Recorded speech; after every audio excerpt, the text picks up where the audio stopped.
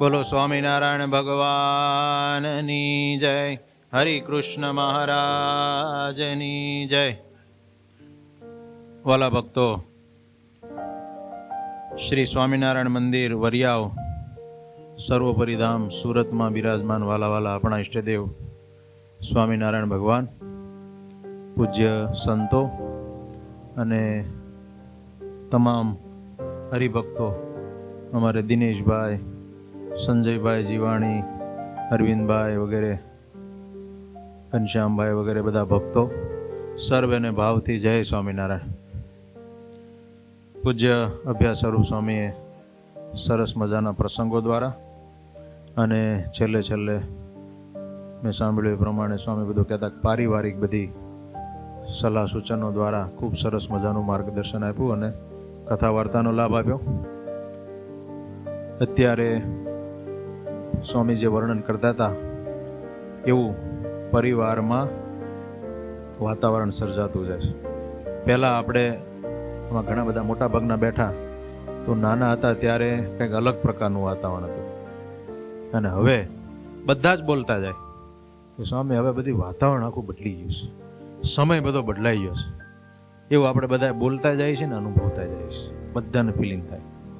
તમે તમારા ઘરમાં છોકરાને કહો ને તો બધી વાત માને જેવું નહીં. પહેલાં એવું નહોતું, જાણો પ્રકાશભાઈ, ન માન્ય તો ચાલે જ નહીં, માનવું જ જોઈએ.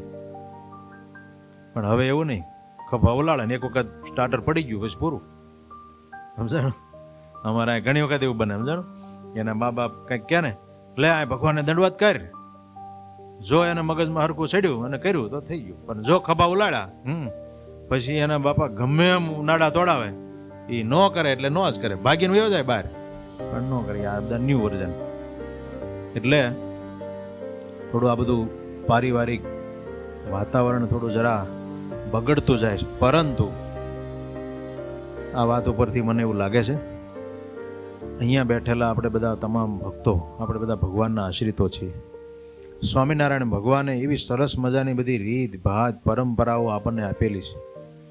એટલે જ આજથી 200 વર્ષ પહેલાં પણ ભગવાને અમુક બાબતો એવી કહી દીધી છે કે રોજ મંદિરે જવું, સાધુનો સમાગમ રાખવો, કથા વાર્તાનો લાભ લેવો, કથા વાર્તાનો જોગ રાખવો. નંદ સંતોએ પણ આ બધી વાર્તાઓ કરી છે.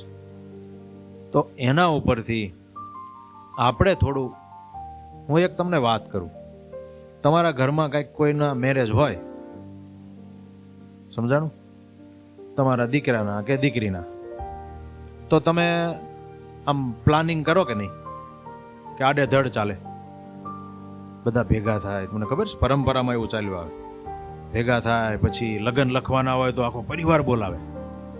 એવું હોય ને કાંઈક? અમને અનુભવ નહીં થતો, તમને બધાને ખબર હોય એટલે કહું.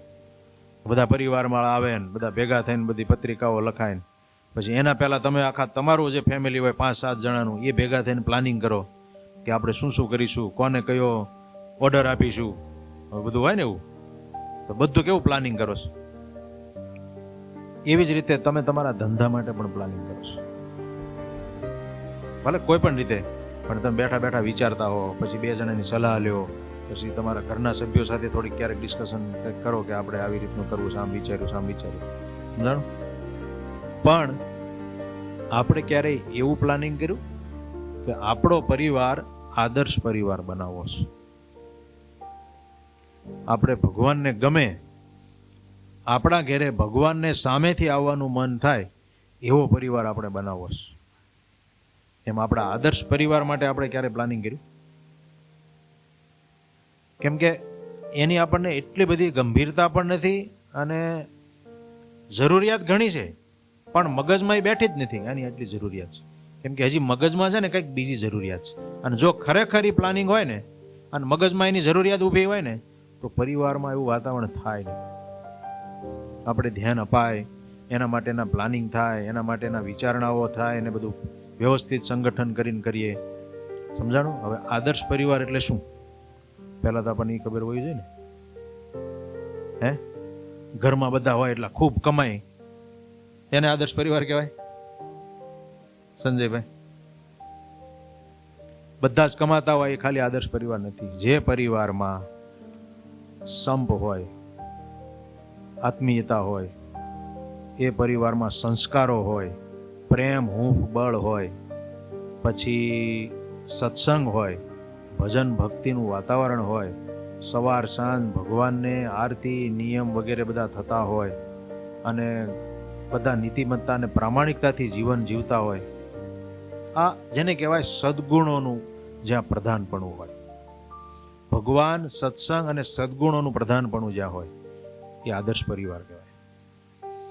તો હું કહું છું, આપણે જેમ ધંધા ઉપર પછી બીજા બધા વ્યવહારો માટે કેવું બધું પ્લાનિંગ કરીએ છીએ, હોય છે તમારા મગજમાં પ્લાનિંગ. તમને એમ થાય કે ના એવું કાંઈ નથી, પણ તમને ખબર છે કોકને ત્યાંથી કંકોત્રી આવી હોય તમે ત્યાં જાવ જ છો, અને જવું જ પડે. ન જાવ શું થાય? હે, તમારા હગા કાકાની ઘેરે પત્રિકા આવી હોય પરેશભાઈ, ન જાવ શું થાય? હે, જવું જ પડે એમ નહીં, પણ ન જાવ શું થાય? વ્યવહાર બગડે. કેટલા વ્યવહાર સાચવીશ આપણે, છે ને? હે, આપણે બધા વ્યવહારો સાચવીએ છે કે નહીં? પણ આ આપણો ખરેખર જરૂરી વ્યવહાર છે, એ નથી સાચવતા. એના માટે આપણે કાંઈ નથી ધ્યાન આપી શકતા. સમજાણું? એની અંદર એટલી ગંભીરતા જ નથી કે ખરેખર આના પર ધ્યાન દેવું જોઈએ. અને જો ખરેખર ધ્યાન દેવાય, પરિવારમાં આ ગુણો કેળવાય, એના માટે થોડી મહેનત થાય ને, તો ભલે તમારા ઘરમાં કદાચ સામાન્ય જ ઇન્કમ હોય, પણ તમને સુખ બહુ આવે, આખો પરિવાર ખૂબ સુખી રહે. બહુ સમજવા જેવી વાત કરો છો, બધા બહુ ધ્યાનથી સાંભળજો. ખાસ જીવનમાં આને થોડુંક આમ ઇમ્પોર્ટન્સ આપીને આના પર ધ્યાન દેવા જેવી વસ્તુ છે.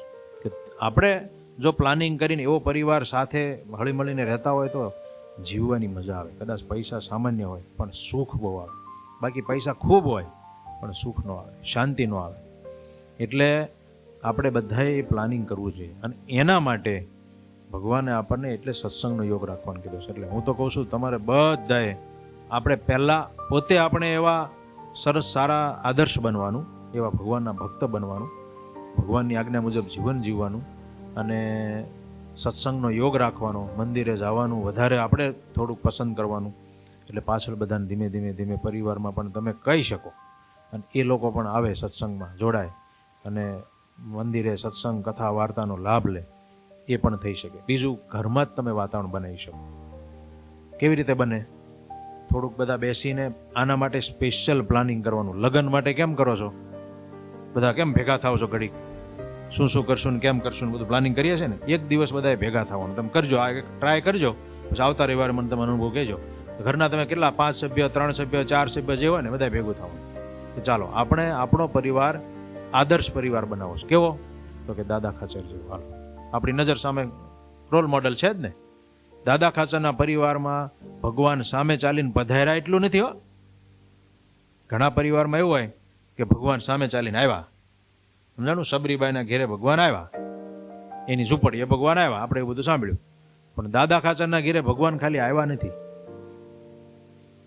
જયંતિભાઈ, એનાથી વિશેષ શું છે? રોકાણા. કેટલા દિવસ? 1 દિવસ, 2 દિવસ, 5 દિવસ? હે,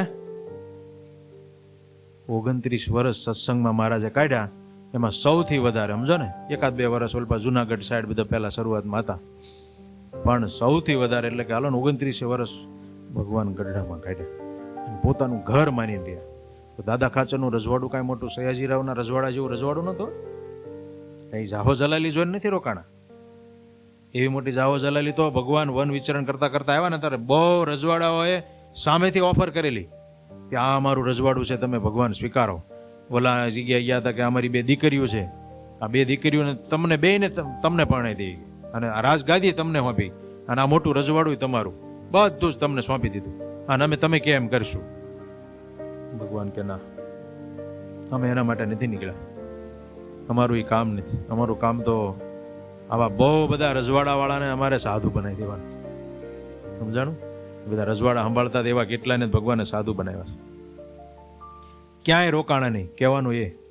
પણ દાદા ખાચરના ઘેરે આવીને મહારાજે ધામા નાખ્યા, બોલો. અને પોતાનું ઘર, અને એ અક્ષર ઓરડી છે ને, મને આજે જ વાત થતી દિનેશભાઈની બેઠા હતા, એ અક્ષર ઓરડી ભગવાનની કેવી હતી ખબર છે? મોટી મહેલ જેવી નહોતી. સ્વામિનારાયણ ભગવાન ધામમાં ગયા ને તો મને સમયને કંઈ ખબર નથી, પણ થોડાક જ દિવસમાં પડી ગઈ. એ અક્ષર ઓરડી અત્યારે છે ને, એ તો 3જી વખત બની છે. એટલે જગ્યા એની જ, પછી ત્યાં બનાવી એ પડી ગઈ, પછી આ ફરીને બની એની ઉપર. પણ એ એવી હાવ સાદી અક્ષરોડી હતી, એવી એવી જગ્યામાં ભગવાન રહ્યા. તો સુખ સમૃદ્ધિ જોઈને નથી રહ્યા મારું કહેવાનું, પણ એ પરિવારના ભક્તિ ભાવ સંસ્કાર સદગુણ જોઈને સાક્ષાત ભગવાન, સર્વોપરી ભગવાન જેને કહેવાય, અનંત કોટી બ્રહ્માંડનું સંચાલન કરે ભગવાન ત્યાં આવીને 30 વર્ષ રહે. એ ભક્તોનો પરિવાર એ કેવો આદર્શ પરિવાર છે. અને એ છે ને અહીંયા દરબારમાં ઝઘડા થતા હતા. તમારા ઘરમાં ઝઘડા થાય ને એવા ને એવો કેવા ઝઘડા, હું શબ્દ એટલે વિચિત્ર વાપર્યો, તમને આમ જરાક સ્ટ્રાઇક થાય.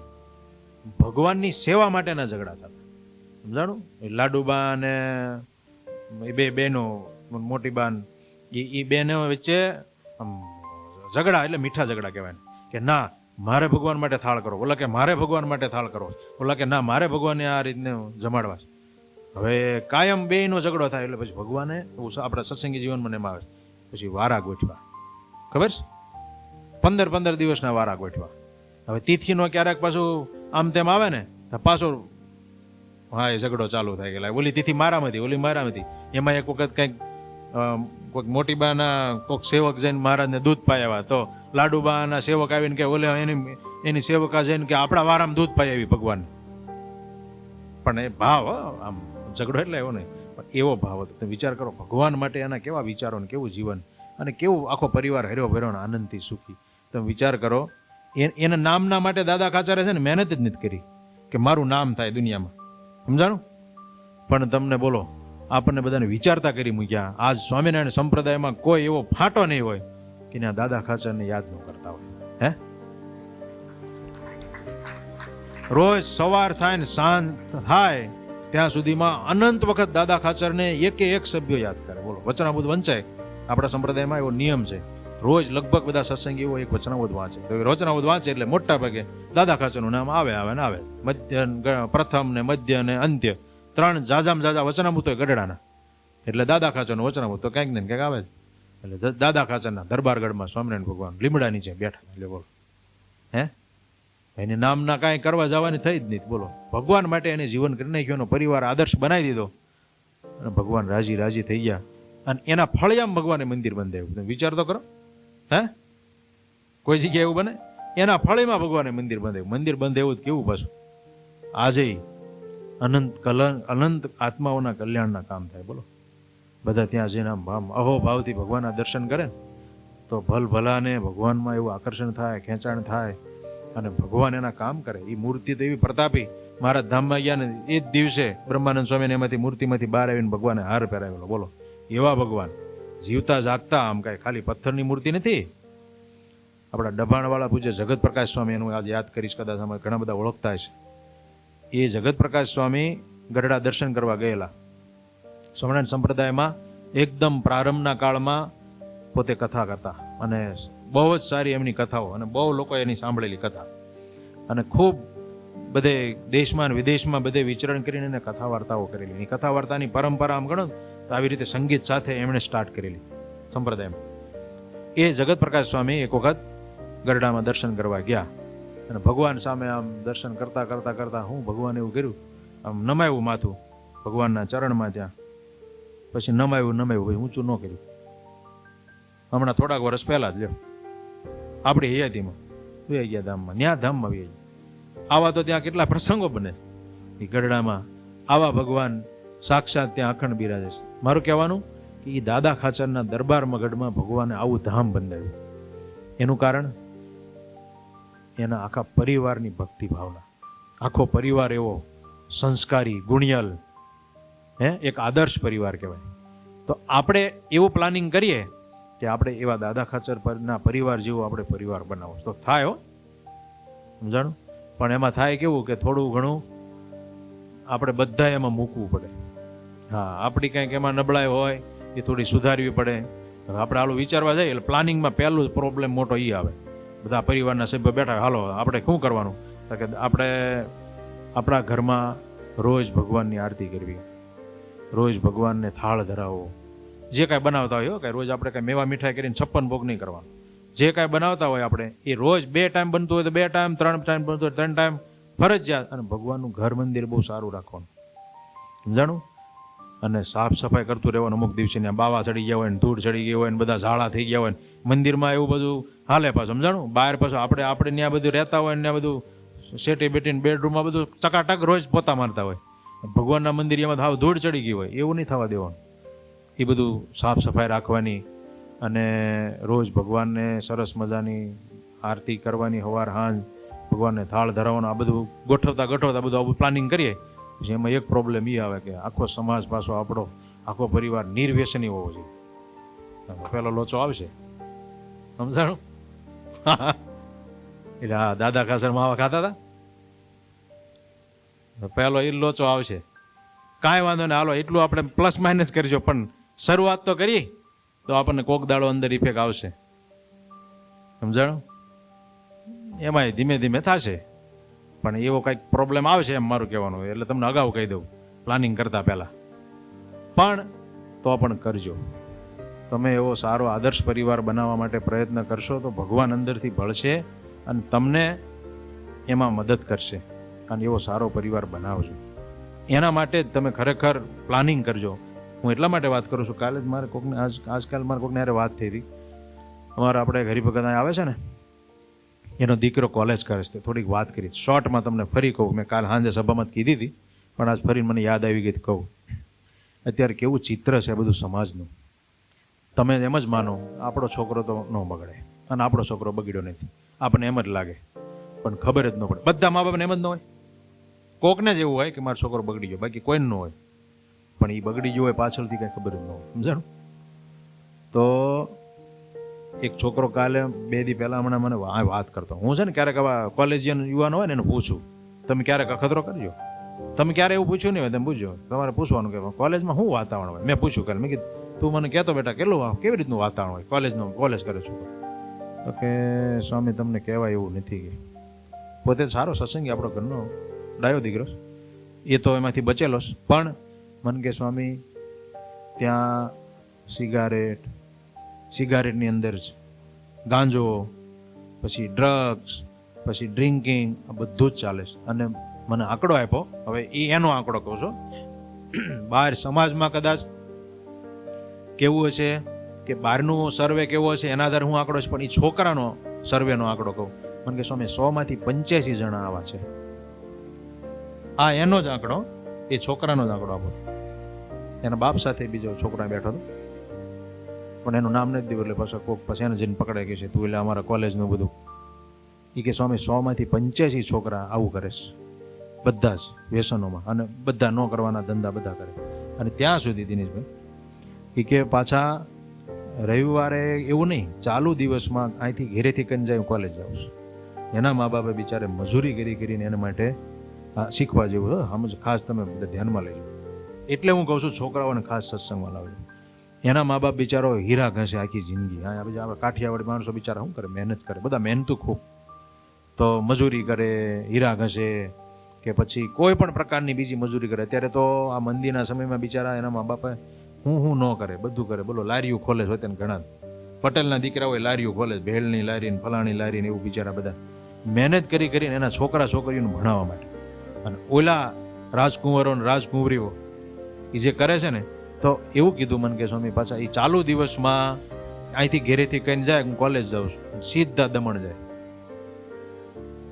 અને ત્યાં જઈને ત્યાં તો બધું લાયસન્સની જરૂર નહીં. બરાબર, ખબર છે ને તમને? હે દીવ દમણ ને? હા, દીવ અમે એક વખત ગયા હતા એટલે ખબર છે. ત્યાં તો હાવ છૂટે ચલાડે, તમને કોઈ પકડે જ નહીં. ત્યાં કોઈ ક્યારેક કંઈક કોઈક પછી અમે શીખીને જતા ને એમાં. હા, કે સ્વામી કહેતા હતા કે ત્યાં કાંઈ લાયસન્સની જરૂર નહીં, પણ દમણ જાય ત્યાંથી પીવે. આ કોલેજના 100માંથી 85 છોકરા આવું કરે છે, બોલો એમ કે છે. અને ત્યાં જાય આવી રીતે બંક લગાવે કોલેજમાંથી, અને ત્યાંથી પાછી 2-3 પેટીઓ પકડતા આવે અને આ આવીને વેચે. કોને વેચે? એના જ બધા નજીકના છોકરાઓને જ વેચે ને. અને પછી આવા કામો એ કરે છે. હવે તમે વિચાર કરો, એ જ છોકરાઓ, અમારે બહુ લાંબુ બોલાય નહીં, પણ આપણા ડૉક્ટર થાય, એ જ છોકરાઓ અધિકારી થાય, બધા પ્રકારમાં આવે. એ વ્યસનોમાંથી જ ઊભા થઈને આવ્યા હોય, બોલો સમજાણું. આખી પેઢી જ જડ મૂળ જ બધું હળવા માંડ્યું ને. એટલા માટે પરિવારને બચાવજો, મારું કહેવાનું એવું છે. તમારા પરિવારને ખાસ બચાવજો, આપણો આદર્શ પરિવાર બને એવું તમે પ્લાનિંગ કરજો સાવધાની રાખીને. એને ન ખબર પડતી હોય તો કોઈક એવા અનુભવી લોકોની સલાહ લેવી. તમારા ગ્રહસ્થાશ્રમમાં એવા સારા હોય, ઘણા બધા પરિવારો વ્યવસ્થિત પ્રેમથી સંસ્કારયુક્ત જીવન જીવતા હોય, એની સલાહ લેવી. એનાથી વિશેષ ન ખબર પડે તો આપણે સંતોની સલાહ લઈએ. સંતોને જઈને સ્પેશિયલ મળવાનું, સમજાણું કે સ્વામી અમારે એક આવું જરૂર છે, શું કરાય, અથવા અમારા પરિવારમાં અમારે આવું કરવું શું કરાય, કોઈક સંતોની સલાહ લઈએ, કથા વાર્તામાં જઈએ. આવી રીતે પરિવારને આગ્રહ રાખીને સત્સંગમાં લાવવાના, સમજાણું. આખા પરિવારે બને ત્યાં સુધી આવવાનું. હું તો કહું નાના છોકરાઓને લેતા જવાના. મંગળવારે યુવા સભા થતી હોય તો યુવા સભામાં છોકરાઓને ખાસ મોકલવા ઘેરેથી આગ્રહ રાખીને. અને અહીંયા બાળકોની સભા થાય એમાં બાળકોને લેતા આવવા. આમ તમે થોડુંક આના પર ધ્યાન આપશો તો થાય, ન થાય એવું નથી. બધું શક્ય છે. અત્યારે જેમ બગડી ગયો છે વાતાવરણ, એમ જ સારું પણ છે. આપણે સારાનો લાભ લેવાનો છે. આપણે આપણા પરિવારને બચાવવાનો છે. એમાંથી જે આખું હળગતું હોય એમાંથી આપણે પરિવારને બચાવી લેવાનું છે, સમજાણું. સમાજનું વાતાવરણ તો જે બાજુ જઈ રહ્યું એ બાજુ કાંઈ આખું બગડી જ ગયેલું એવું નથી, પણ આપણે બગડી ગયેલા પાર્ટને જોઈએ તો ખબર પડે કે આપણા વારો કોઈ દિવસ આવો ન આવે એમ. એ 100માંથી 15 માઇલો તમારો છોકરો હોવો જોઈએ, 85 માઇલો નહીં. એ તમારે ધ્યાન આપવાનું. એના માટે પહેલાં થોડું આપણે સજાગ રહેવું પડે, આપણે થોડા સાવધાન રહેવું પડે, સમજાણું. આ જરા પ્રસંગ નીકળ્યો એટલે થોડો સમય લીધો, અને એના ઉપર ખાસ બધા ધ્યાન આપજો. અને એ બધા ખાસ તમે બધા જ ધ્યાન આપીને એવો આદર્શ પરિવાર બનાવજો. બહુ સરસ, બહુ આનંદ થયો. દર રવિવારે આપણે લાભ લઈ રહ્યા છીએ. બીજી 1-2 વાત હું તમને કરી દઉં કે હમણાં ધનુર્માસ ચાલે છે. મોટા ભાગે આપણા લગભગ બધા જ મંદિરોમાં સ્વામિનારાયણ સંપ્રદાયમાં રિવાજ છે, ધનુર્માસમાં સવારે ને સાંજે ધૂન ભજન કથા વાર્તા બધું ચાલતું હોય. તો આપણે અહીંયા રોજ સવારે પણ ધૂન થાય છે. ઘણા બધા ભક્તો સવારે આવે છે. સવારે 6 વાગે મંગળા થાય, પછી થોડી સુધી પ્રાર્થના એવું થાય, એટલે 6:25 આજુબાજુ પછી ધૂન ચાલુ થાય ને લગભગ 1/4 કલાક જેવું બધું ચાલે. 7:15 આજુબાજુ ફ્રી થઈ જાય. તો જેને અનુકૂળતા હોય, નજીક બજીકના હોય, બધાએ સવારમાં થોડુંક 1 મહિનો એવું ટ્રાય કરવાની, વહેલા જાગવાની, થોડુંક વહેલા હોવાની બાને ટેવ પડે. વહેલા સૂઈ અને વહેલા જાગીને ધૂનમાં આવી જવું. સંતો હોય બધા, અને ઘણા બધા ભક્તો અમારા ડાયા દાદા આવ્યા છે.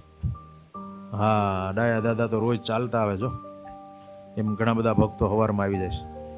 છોકરાને લેતા આવવા હું તો કહું છું, બધા આવી શકો એમાં, ભાઈઓ બધા આવી શકે ધૂનમાં, જેના હોય એને ધૂનમાં રોકાવું. એવી રીતે કોઈ સવારે જાગી ન એકતા હોય તો એના માટે આપણે સાંજે પાછું ખોલ્યું છે.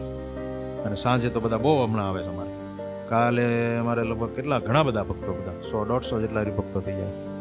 ધીમે ધીમે બધા વધતા જાય છે. હમણાં શરૂઆત જ હમણાં કરી, બધા કોઈને આપણે જાહેરાત થઈ નહોતી. ગયા રવિવારે જરા મગજમાંથી નીકળી ગયું. તો જેને સાંજે અનુકૂળતા હોય સાંજે આવું. અમે સાંજે પાછો ભગવાનને ધરાવ્યો થાળ બધો સરસ ટકાટક, પ્રસાદ લઈને પછી છૂટા.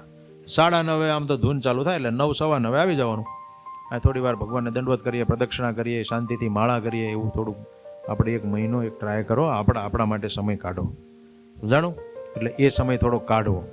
અને આવતીકાલે પણ અમારા કાળુભાઈ કણકોટિયા આવ્યા છે. હા, બેઠા જો પાર્ટીવાળા. એની ભાવના હતી. અમારા બધા સભ્યો પાછા રોજને રોજ કોક કે સ્વામી મારા તરફથી પ્રસાદ રાખો, રોજ મારા. કાલે અમારે બટાકા પૂરી હતી, અમારા પકાભાઈની બધા લઈ આવ્યા.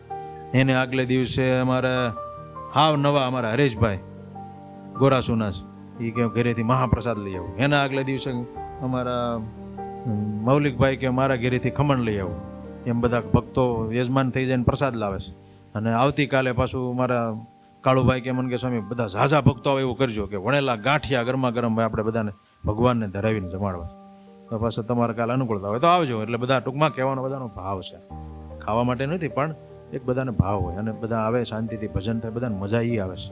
સ્વામી કે ધૂનમાં મજા આવે. અમારે કાલે બિપિનલાલ ભજીયા પાડતા કે સ્વામી ધૂનમાં એવો ઉખરાટો આવે ને એમ થાય કે નાચી લઈ, મજા આવે. હા, મને કે કાલે એ ભજીયા પાડતા ને નાચવાનું રહી ગયું, બધા નાચતા. તો એ કે સંતોને વિનંતી કરીશ કે આપણને હોમ મારે પાસ નચાવે. બરાબર ને બિપિનભાઈ? તો હોમ મારે કાલ પાછા નચાવજો. ધૂન કરતા કરતા નાચતા ભગવાન પાસે ગાંડા થઈ જવાનું, પાગલ થઈ જવાનું, સમજો. આ બધા યુવાનિયાને બોલો એમાં ભજનમાં રસ છે. મને બહુ આનંદ થયો. એ સહજ બોલી ગયા હોય પણ અમે એના પર રાજી થતા હોય કે એને ભજનમાં રસ. અમે પ્રસાદ રાખીએ ને તો એને સંકોચ થાય બધાને, સ્વામી રોજ ને રોજ આવું બધું ન હોય. મેં કીધું ભગવાનને ધનુર્માસમાં લાડ લડાવવાના હોય. કીધું ચિંતા કરોમાં આપણે ભજન કરીને ભોજન કરો ને પ્રસાદ કરો ને મજા કરો, સમજાણું. ભગવાનનું ભજન થાય એ જ અગત્યનું છે ને. પછી થોડી વાર એકાદ બે પ્રસંગ લઈએ, સરસ કરીએ. એટલે સાંજે રોજ એવું થતું હોય છે કાર્યક્રમ સરસ. તો જેને આજુબાજુના અનુકૂળતા હોય બધા આવજો. હમણાં રોજ